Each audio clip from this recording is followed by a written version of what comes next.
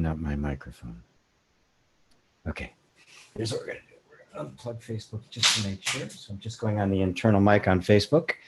Everybody here, let me go over to my YouTube here to make sure that I'm seeing comments. Yes, yes, yes, I'm hearing, everybody's hearing. All right, Mr. Douglas. All right, wonderful. Well, you got it in full swing, so I'm just going to count into the intro, and the intro is going to start. Have a great show in 5, 4, 3, 2. It's starting now.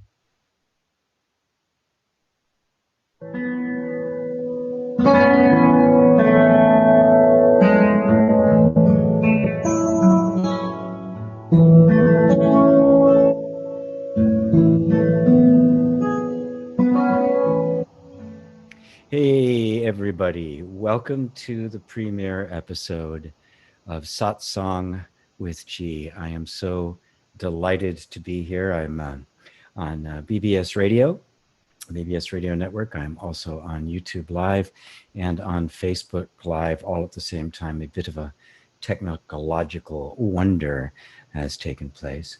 And I'm so very, very glad to be back in the medium that is so dear to me. I just love radio. As many of you know, I used to make a living just doing commercial, using my voice. So I just love this medium more than anything.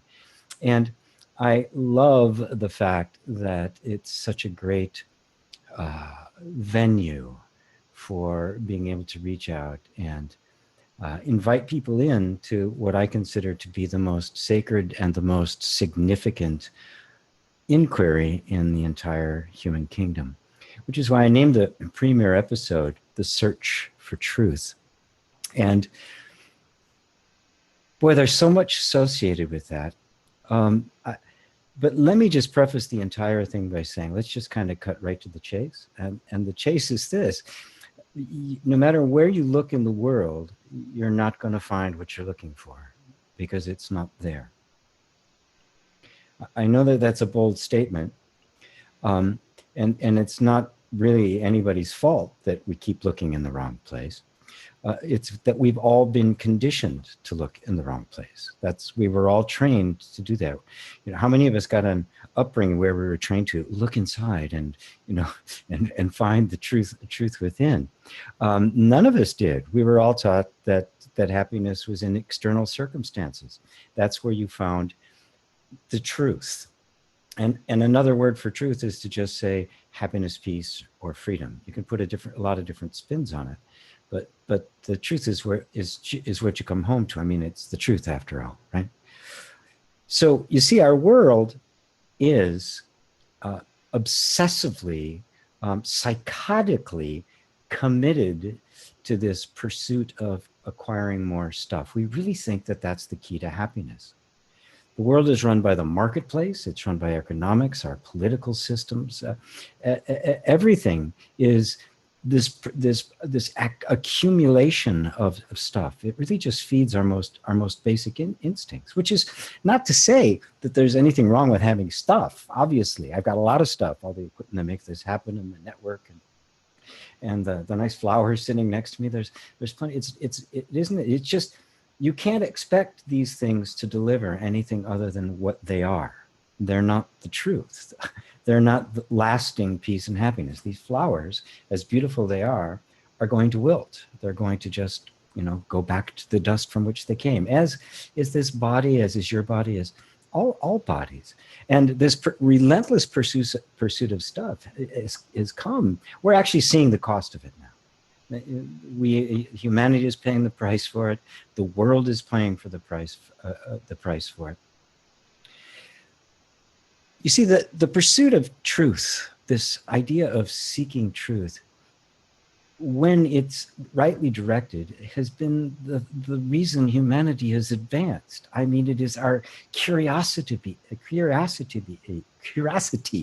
as to why we're here, what matters, what's valuable, what is.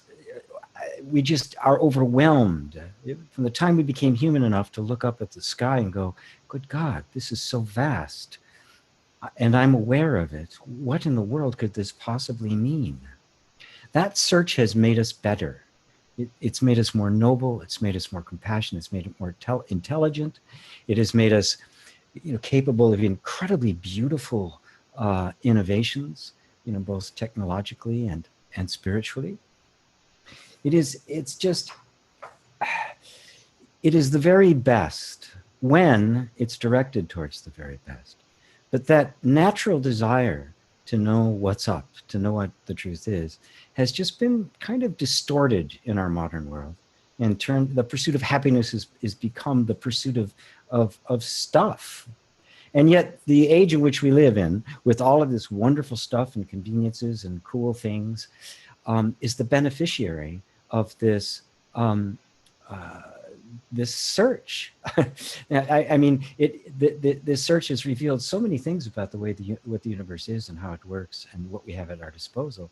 We are now living the benefits, the fruits of that, and yet we've kind of killed the goose that laid the golden egg, right? To get all the golden eggs, only to find out the eggs weren't there wasn't an abundance of eggs in the goose. It was the goose itself that was needed. So I said in the beginning, no matter where you look, you're not going to find what you're looking for, because what we're really looking for, the real truth, is the truth of you. Who are you? Right? Who are you? That's really what we want to know. I mean, if I ask you to describe your car, you have no problem, right? Oh yeah, it's my car. You even really like your car and describe it in detail. If I ask you to describe your girlfriend or your boyfriend or your kids, you'll pull out pictures, you'll in great detail. But then I say, yes, but you, who are you? You'll draw a blank. You'll say, well, and you'll talk about your beliefs, you'll talk about your possessions, you'll talk about your likes and dislikes, your desires, your frustrated dreams, your realized dreams. You'll talk about all sorts of things. I'll go, well, yeah, okay, I understand. You know your desires, but who are you? Who is it that has the desires? When we really stop for a second, we don't really know. We haven't bothered to actually look more at the one having the experience than the experience itself.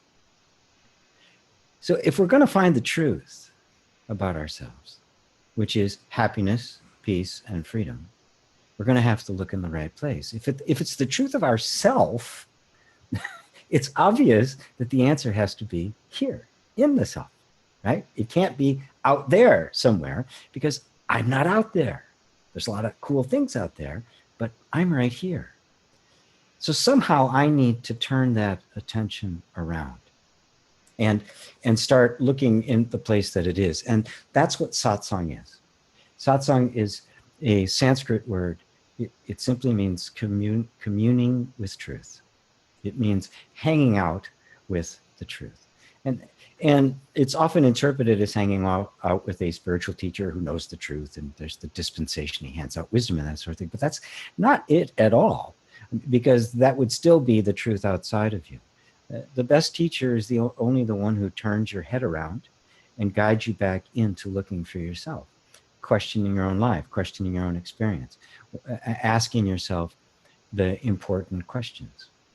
And when you do that, it becomes a matter of self-discovery.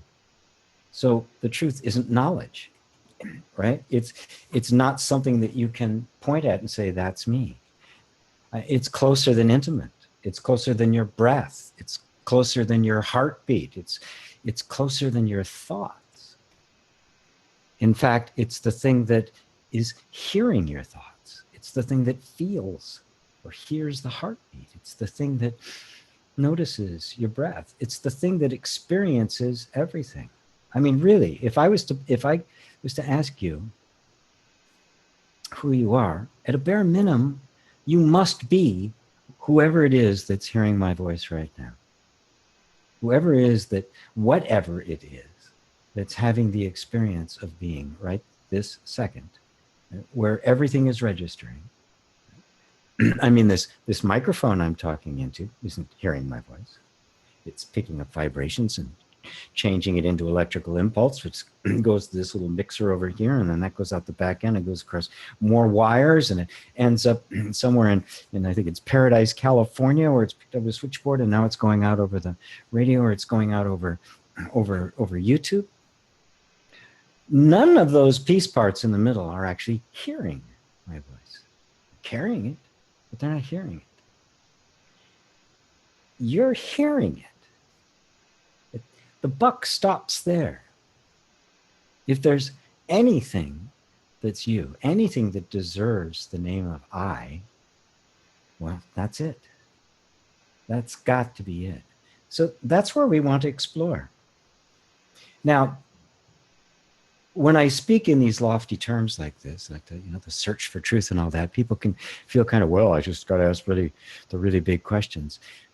It's not like I invite all questions. I did a radio show a couple of years ago that I stopped for a while. I did over 100 shows. I have hundreds of hours of material on it. It was just called Conversations with G, and I answered any question that came up, pretty much just like I'll do now. So, but the idea is to turn it in a direction that turns your attention back inside. So if you've got a question about finances and money and metaphysics, the law of attraction and all of that kind of stuff, or romance and relationships and family and health, all the stuff that concern our day-to-day lives, bring them forward.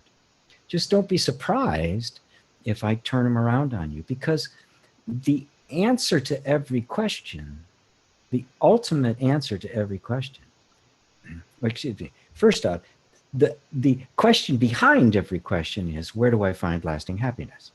That's always what we're asking for. I mean, why do we pursue anything in life? Anything. Is it so that, because we think the thing that we acquire is going to bring us happiness. And oftentimes, for a little bit, it does. And then it fades. It gets old, it runs out, that beautiful shiny car gets a ding in the parking lot at Costco or something. And before you know it, it's not the shiny new car anymore. Even people in our relationships, they become so familiar. It's like we don't even know each other exist. This isn't a flaw. This is human nature. Things run their course. We suffer because we try to make permanent that which is inherently impermanent. We look for the permanent, the changeless, in that which is changing, which makes no sense, right? If we really want to know lasting happiness, we've got to look for it somewhere that lasts, somewhere that doesn't change, somewhere that is totally reliable. And to find that place where we can anchor the happiness is what satsang is all about. So even if whatever the presenting symptom in your life is, right, money struggle or a relationship problem, at the heart of it is an ignorance or a misconception of who you think you are. It's really that simple. It always starts there. How do you, if you put on sunglasses, the world's going to look a different color. If you put on rose-colored glasses, it's going to look a different color. Right? If you're looking at through a window that's all smudged with, a screen and bugs around it and stuff, you're not going to see it clearly. You can't possibly see the world clearly, see the world as it is, see through the eyes of truth, when the eyes aren't clear. You can't know what you're looking at until you know who it is that's doing the looking, which is why I will consistently turn your attention around so that you're looking back on yourself. And that's what we're here to do. That's what satsang is about. And I really honor those of you who have come to join me on any of the medium that I'm here on, because you've taken an hour out of your day, out of this Sunday, to make a sacred space for yourself, to make a place to actually say, to pursue the search for truth. I mean, all the rest of the week, we've got stuff to do, and even me, I'm doing this radio show. I have hours it's spent getting ready to be able to do all this and putting all the equipment together. There's all the stuff that has to get done in life, in our everyday life. But to consciously, with intention, carve out a chunk of it and say, you know what, this is for the inquiry into my true self. That is what we're here for. And I salute you. I really honor you for having decided to do that. The value of it is really quite unspeakable. It is a very rare thing. It's a very rare thing when somebody has the opportunity in their lifetime to actually hear things like this. It's an even rarer thing if they stop and heed and make it a part of their life and make that inquiry something that matters enough that they actually start following, they call in Buddhism, the Dharma. And it's an even rarer one that actually follows that to its completion. So we're here to ask and answer questions, to challenge assumptions, to just explore this most sacred but most simple and beautiful and heartwarming question of who am I really? So I am always open for questions. I actually have some that I've already received from email. Don't email me during the show. I have too many places I have to look for it right now, and my my in-house producer is in Pennsylvania right now, so I'm kind of alone with the technology as well. So I can handle chats on Facebook Live. I can handle I can handle the chat on YouTube, and then we also have an 800 number for you to call in. If you're looking at it through the player that I created, you'll see the number on there. If you're not, it's 888-627-6008. And if I got that wrong, Doug, my radio producer, will correct me. 888-627-6008. And you'll get the phone call answered, and we'll get right to that. And we actually do have somebody from on line one. We have Susan from British Columbia in Canada. So go ahead, Doug. Why don't you patch her through? Hello, can you hear me? Yeah, I can hear you. Can you hear me? Perfectly. Hello, Susan. Hi, how are you? Very good. Very, very good. Wonderful to hear you. I actually thought of a question, but I would have called anyways, even if I didn't have one. I find this an amazingly intense time of change, not just for me, but for everyone, which is blowing me away. And I remember going through all the stuff I'm going through now, like in 1987. Only then I was completely clueless, and I just thought I was, it's not insane, a big problem. But now I'm kind of clear on what's going on, and my family was interesting. My dad was like this visionary, told me I was light every night at dinner and stuff, and I expect I could talk to my mom and my sister about what's going on now, because he told us it was going to happen, and he told us what was going to happen to the American public, like, years and years and years ago, and it's happening, and no one talks to me. They don't want it. Actually, my mom, who probably could, says, I don't want to, I'm not ready. Meanwhile, I'm sitting here all day, I'm vibrating, way out of my comfort zone, going, well, I'll talk to myself and I'll meditate, and that's okay, but I really can't discuss this with anybody. Maybe that's my own resistance. Who knows? It's bizarre, but everything's changing just the way I always hoped it would. But yeah. It is kind of bittersweet, isn't it? Yes, yeah. Well, I'm losing what I always wanted to lose. Gee, but it makes me sad anyways, but that's okay. Well, that's a really wonderful point you make. And if you, there's a slight echo with you, and I'm just trying to speak a little softer so I don't trigger it. It's just because I think you've got it on, maybe on your speaker in the background. So anyway. Oh, wait. Okay. Better. But you got to be able to hear me, so. Yeah. We pray for change, but we don't want to change. There's a funny saying I heard a comedian say once: everybody wants to go to heaven, but nobody wants to die, right? Yeah. But we have to understand the mechanism behind that, and once you do, though, it really makes a whole lot of sense. Coming to understand that mechanism is what brought me to create inner reconciliation, which is the process I teach at Master Heart Institute.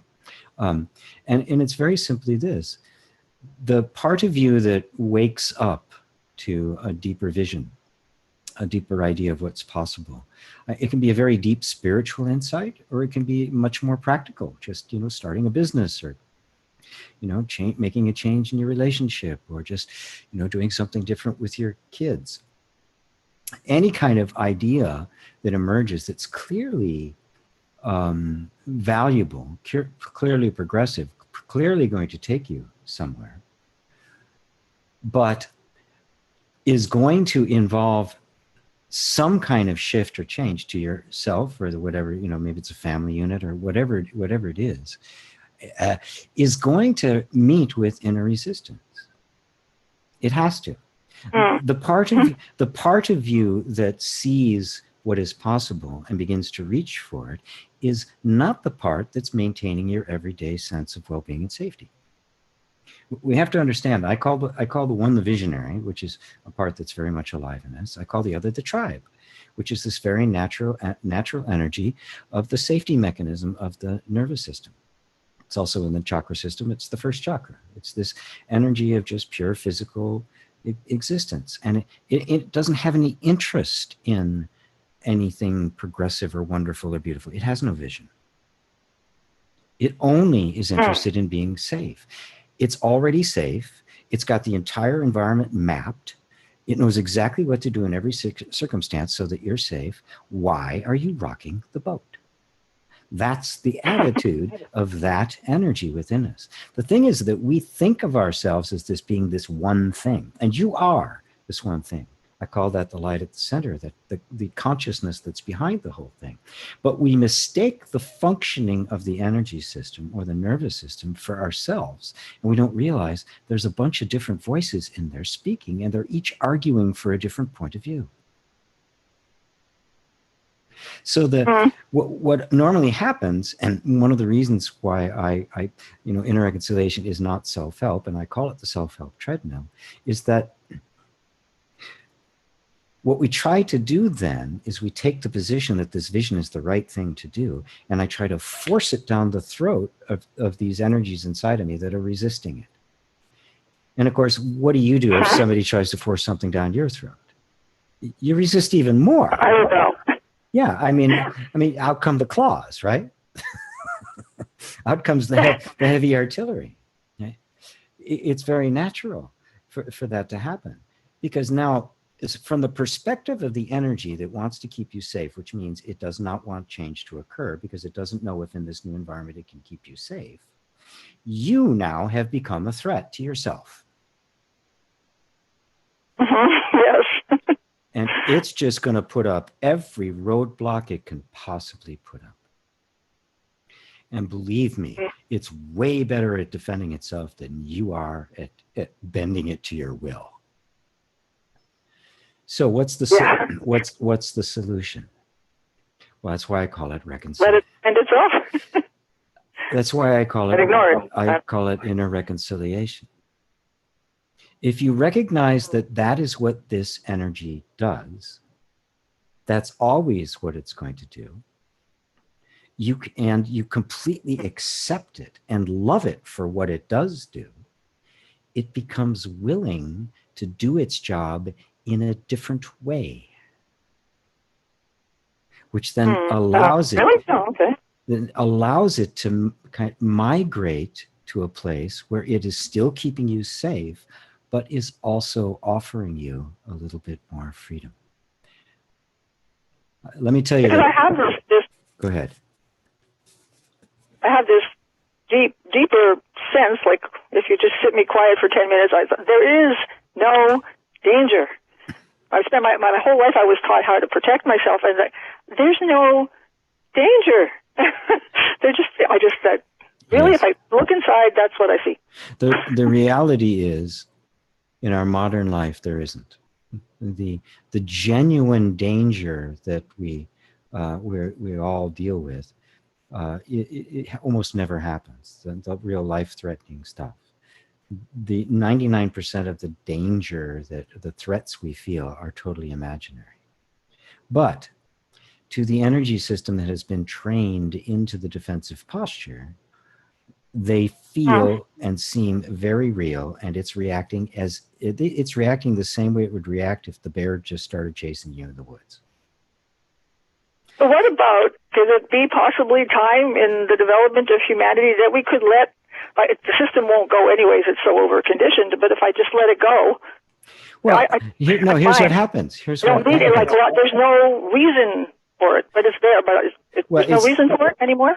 Well, there is still reason for it. And danger hasn't been completely eliminated. Unfortunately, the danger now is all in our minds. It's all through propaganda and marketing, and it's the danger we hold for each other. It's the ego warring with. So I'm creating the danger. So we are creating the danger. What we want is the system to be trained to the point where the danger it reacts to is real danger, not imaginary. That's the key. Oh, I really want. Can I argue? I'm not arguing. I have to come from this family of survivors in the Holocaust and stuff. And every story they've ever told me, when the pressure was on, they just surrendered. And they said stuff they were trained not to say. They talked back when they shouldn't have talked back. They did wild, crazy stuff. Yes. And they survived, and everybody else died. Yes. Not because their training served them, but because they abandoned everything. That's every story comes out that way, really. Yes. Yeah. Yes.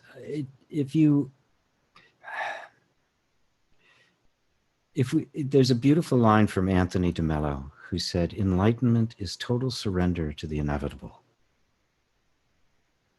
There is an enormous peace that comes when you surrender. And this surrender is not a resignation. It's an acknowledgement of what actually is. And what happens is it draws from within you resources that you didn't know you had. Because now it's not your mind, it's not your conditioning, it's not your training that's responding, it's your natural being that's responding. And your being was designed to respond to every circumstance appropriately and wisely. And when it's functioning as it was intended, that's exactly what it'll do. And so it's depending on it's not depend, but you're using another system or we do have to take on the job of retraining it, but we retrain it through love and respect. Right? You don't ask the cat to bark. Right? Don't ask the safety mechanism to be interested in your freedom and romance and division. It doesn't care. Okay, yeah. It doesn't care. Are you safe? Good. You're not? We got to do something about it. And it is the most powerful energy in the system. It has the capacity to shut down anything, which is why when we get into that state, the defensive posture, our energy gets drained. It's like when you get a cold, you get listless. All the energy is going elsewhere because it's fighting off the intruder. The more subtle energy of our creative life, it operates the same way. When we're in the defensive posture, the energy is drained from the creative expression, and we simply don't have the energy available to us. So when we become clear-sighted about when we're in danger, when we're not, and not just that we see it, that it literally sinks into the cells of your body. And the conditioning that just assumed there was danger is allowed to open up and see that there isn't any danger. See for itself, not you trying to force it, but you, through unconditional love and acceptance, it begins to feel like it's safe, and it begins to come out of its shell. And when that happens, that energy begins to return to you. That really is how it works. I don't have time in the show to go into the entire process of how it works. That you can go to gpwalsh.com/IR, and there's a free course I have called "You're Not Broken." It's a free workshop.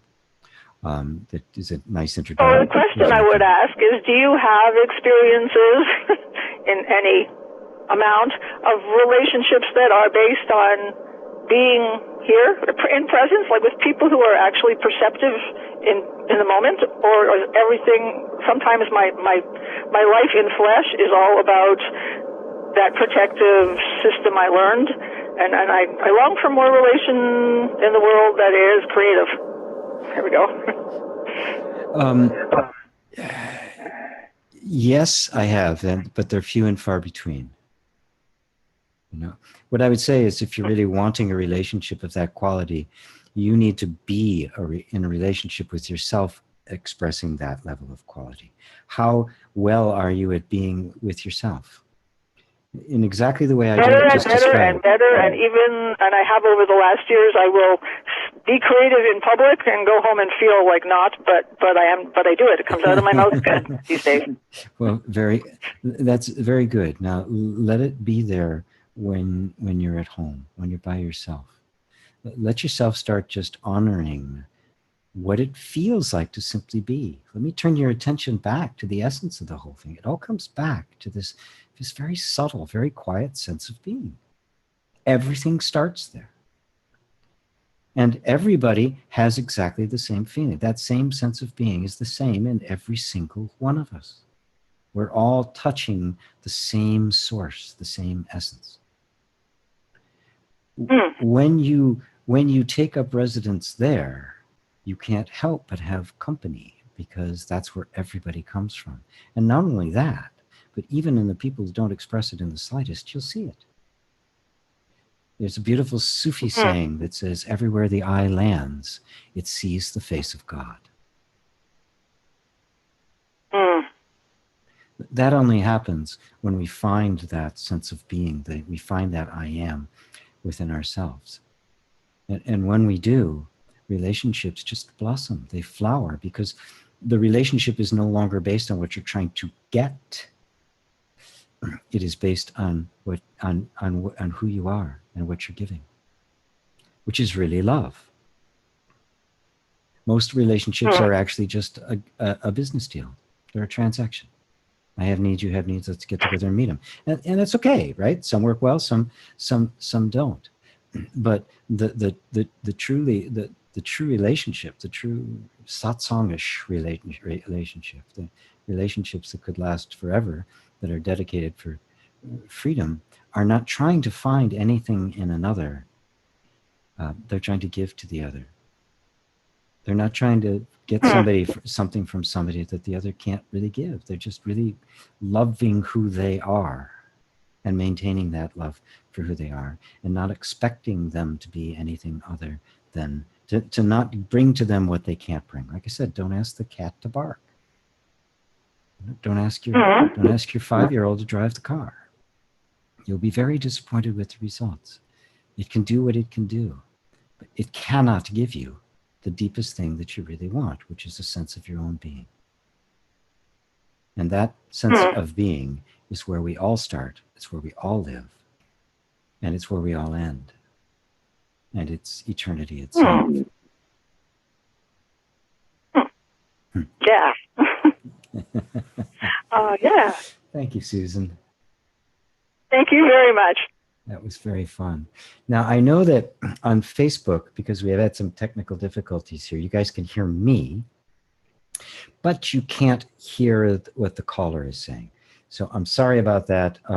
Hopefully by next week, I will have that fixed. I know you can on YouTube, because we actually have a whole different route for what's going on Facebook. And so we'll have something set up, but you can hear me. Maybe I should repeat the questions, but I'm not used to the fact. Normally when I do things like that, they go for like 2 or 3 hours, and this is actually a scheduled radio show. So I've got like another 20 minutes on the show. By the way, when the show, let me check with Skype, see if there's anybody else there. Remember, that number to call is 888-627-6008 if you want to talk live. That's the fun thing.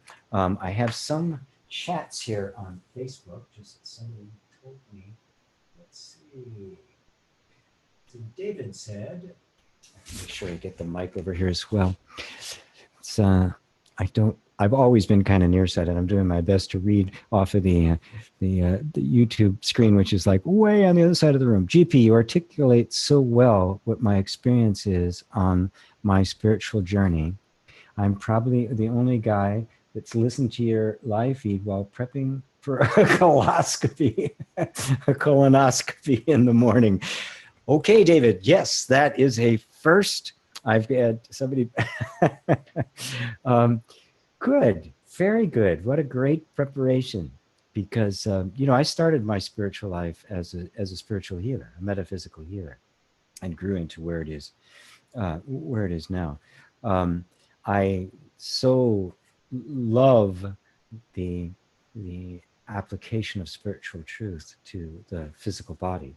It is wonderful to behold, and very, very powerful, because ultimately you'll find that the body is just another form of the same energy, that same beingness that makes us all up. Just like, red light is no less light than ultraviolet, right? So do not be the least bit, do not be concerned about your body. Really, just leave it out of your mind. It'll take care of itself. It doesn't need your mind's help. I'll do a whole show on health at some point. So, at any rate, 888-627-60008.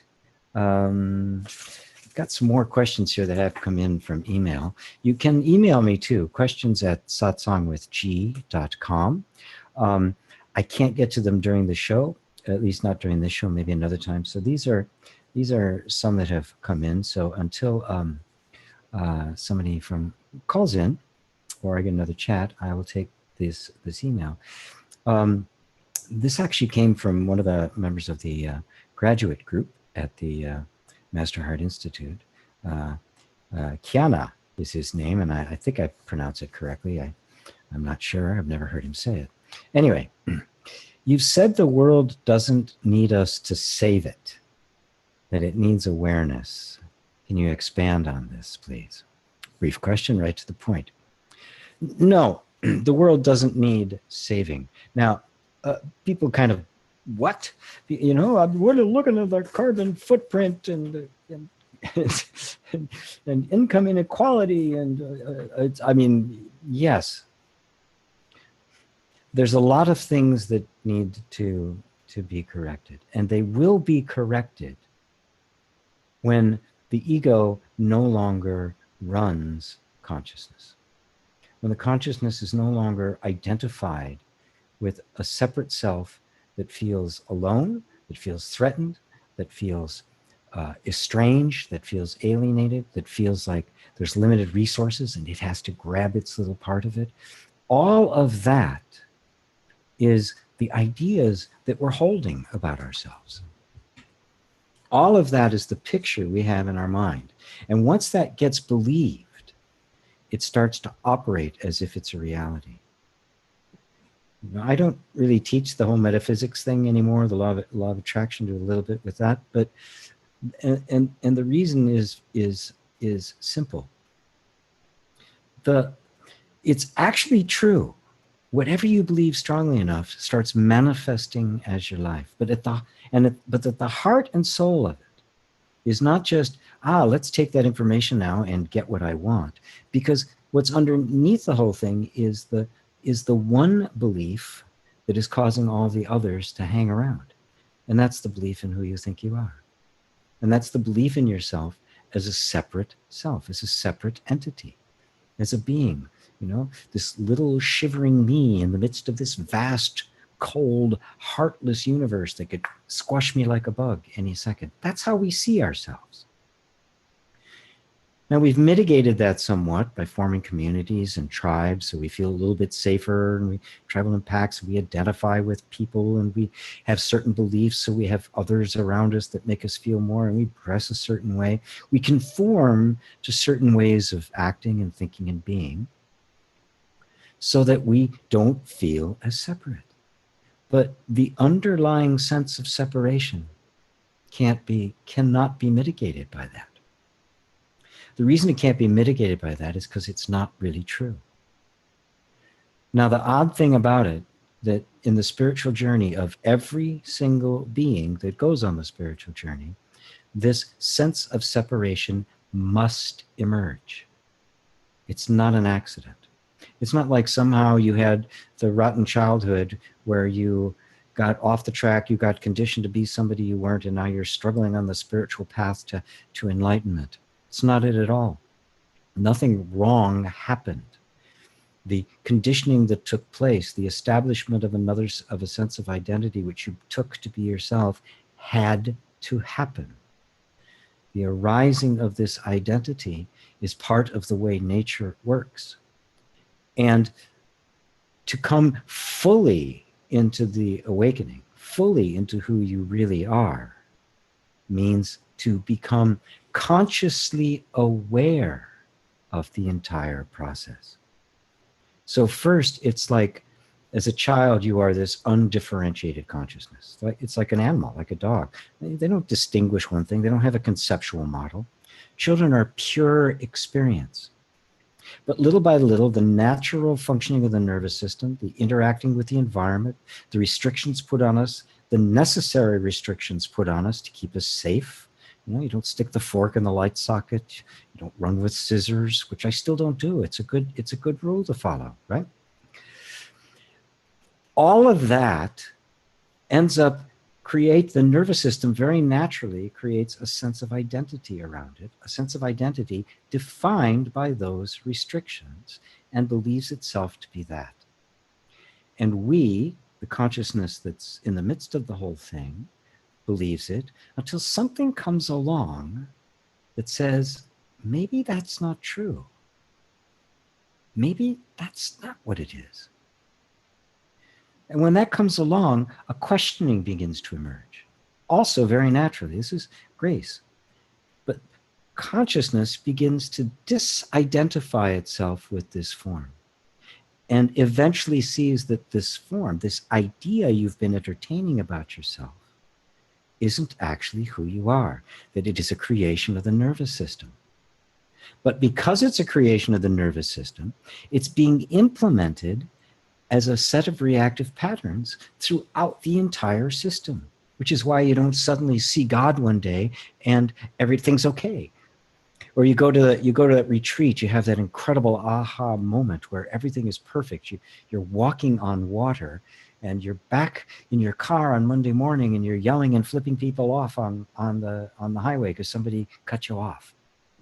And you go, what happened? Well, I'll tell you what happened. The vision, consciousness seeing itself as something much more than just the functioning of the nervous system, the functioning is still happening. That first sense of seeing hasn't yet permeated or colonized the rest of it. And I'm sure most of the people listening to me have had the experience wherein they've had that kind of experience. They've had some kind of major breakthrough only to have all the old habits show up very shortly afterwards and have said to themselves, I must not have gotten it. I need more work on myself. I have to do more. I'm really not getting it. How many have said that? How many have had that experience? A ton, I'm sure, right? Everybody here, everybody's had that. That is what causes the self-help treadmill, because we don't understand what really happened. Because we think somehow there's this ideal thing that's supposed to happen. And that is that when the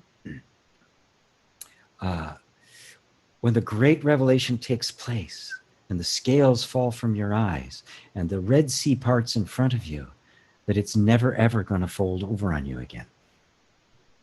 And it's simply not true.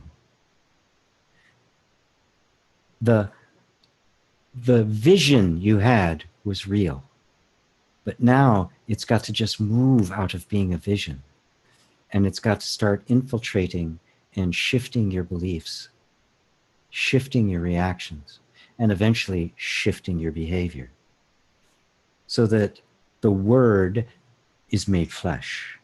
The vision becomes your reality, and not just an experience that you had, but a living, breathing thing. You literally, you don't seek the truth anymore because you are the truth. You go from the seeker of the truth to the liver of the truth. And truth now is a living thing. And it's living as you. The you thought you were is gone. The ghost in the machine is gone. Everything's still there. Your life is still there. Friends are still there. Lovers are still there. Family is still there. The only thing that's not there is you. The you thought you were. Nothing's lost in this transformation. As they say in Zen, before enlightenment, chop wood, carry water. After enlightenment, chop wood, carry water. But they don't say in Zen, we should add to it. Chop wood, carry water, but there's no chopper and there's no carrier.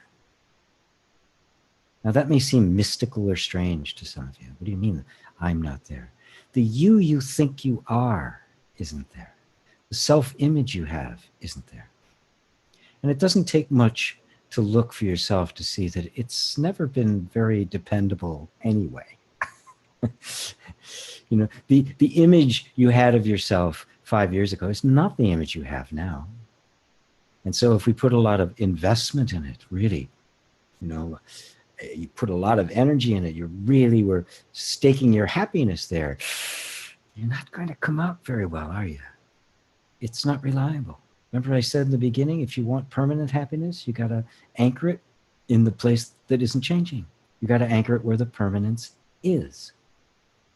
And where's the permanence? Well, the permanence is in the consciousness that's seeing it. Your life was very different 10 years ago, 15, 20 years ago. It's going to be different 20 years from now. But the experiences you were having was different. But look, was the experiencing, the sense of being, any different? It was exactly the same. And in fact, no matter who you talk to, they will tell you that it is the same. And in fact, it's the same for all of us. That experience of experiencing what it feels like to simply be, the act of perceiving, the act of experiencing is identical for every single one of us. It's almost as if there's only one of us here, huh?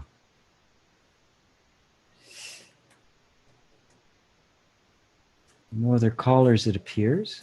888-627-6008. I've got about 7 minutes before I have to sign off the radio. I will stay a little bit longer on YouTube and Facebook if there are questions. Let me really quickly check Facebook to see. Here's a question. Buddha's brain on YouTube. If I stay true to who I truly am, what happens to the egoic beliefs that aren't aligned with my true nature? Well, they disappear, wouldn't they? They'd go away, wouldn't they? I mean, the egoic beliefs, the ego is something that's vastly misunderstood. Okay, ego is simply the Greek word for I. It got turned into the demon that it is today, starting with Freud, which was good to define it. We see there's a sense of ourselves. But in modern spirituality and in personal development, it has become this demon, this entity, right? This evil entity hiding in the bushes, ready to grab us at a moment's notice. The ego is nothing more than the set of beliefs we hold about ourselves. It is the sense of I that you have. So you have this sense of I, and because you're holding that image of I, that image is going to have all sorts of beliefs around it. Okay, so I'm an Irish boy raised Irish Catholic in the Midwest, and I had all these different kinds of experiences, and I'm recovering recovering Catholic, or I'm, I used to be doing all these things and I do, but I've got all this energy, I've got all these traumas around and that sort of thing. All of those are the beliefs being held about that thing. So those egoic beliefs begin to dissolve with that sense of being dissolved, and you discover that they were never true. They were only held in place by the belief in this kind of the mother of all beliefs, which is the I that you're not actually, that isn't actually you. So you don't actually even have to start taking apart the egoic beliefs. Start dismantling the ego. Is the ego who I truly am? It's a simple and beautiful inquiry to make. Is that who I really am, or is that who I just believe I am? And notice something really significant about that. When you ask the question, is the ego who I am? Who's asking that question? Obviously, whatever is asking the question isn't the ego.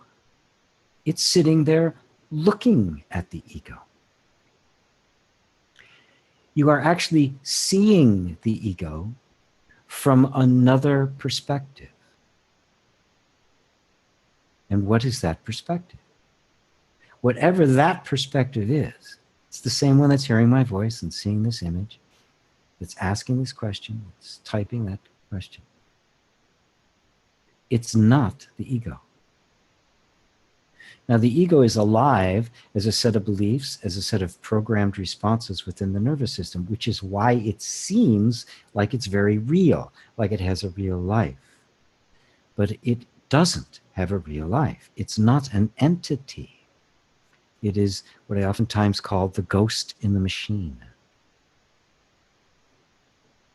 So as you begin to see through that that's not really me, the desires that you used to have, that really were the desires of the ego, they begin to fade away. You see them as, oh, that's not, I don't really like that.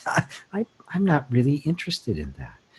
I don't really care about those things. I'm much more interested in this. Something very natural takes place. The natural, unfiltered, unconditioned you begins to emerge. That's the you that I call original innocence, the original pure you prior to the conditioning. And remember, the conditioning was a function of the nervous system to keep you safe. It's not an evil thing. It's the way nature functions. There's no need to be upset with it. There's nothing wrong with it. So I hope that answers your question. The ego, the sense of a person, the sense of being this self-image, doesn't own anything. It doesn't do anything. It doesn't have any real power. All of that is given to it by you. Life is happening. The naturalness of life is happening. And on that natural functioning is how we project the sense of a person. Okay, I've got somebody online on the line here, live, but I only have 2 minutes. So ask your question really quick, and I'll try to answer it as fast as I can. Go ahead and put them through, Doug. Life is happening. Hello. It's natural. Hi. Hi. Yeah, this is Ann. I just have a real quick question. If I come from the I am that I am and I am God, is that not it? Wow. Boy, what a question. Thank you. The sense I am, there's a lot of people going around saying, I am God, right? And I kind of wince at that, because most of the time what that is a very immature spiritual sense. Very rarely is it arising out of a real sense of innocence. And most of the time it's the ego trying to simulate what it means to be deeply spiritual. To answer that question, go deeply into the sense of being, the sense of being consciously aware. And that answer will answer itself for you through a direct seeing. Well, I get when I'm looking in the mirror and I'm seeing my eye. Yeah, when Right. I look in the mirror and I see the God within me, that feels very true. And like when I'm on a day like today, I feel that. Good. Not that I'm here all the time. Good. So sorry to cut you off, but we have just run out of time. But it's not Okay. it's not a feeling. Don't look for it as a feeling. Don't look at it for it as an insight. Move inward to this place that's really beyond feeling, that sense of being. And everything starts and stops there. Believe me, if you go there and stay there, it will answer every single question. You will need to do absolutely nothing. So Got it. it's time for me to sign off on from BBS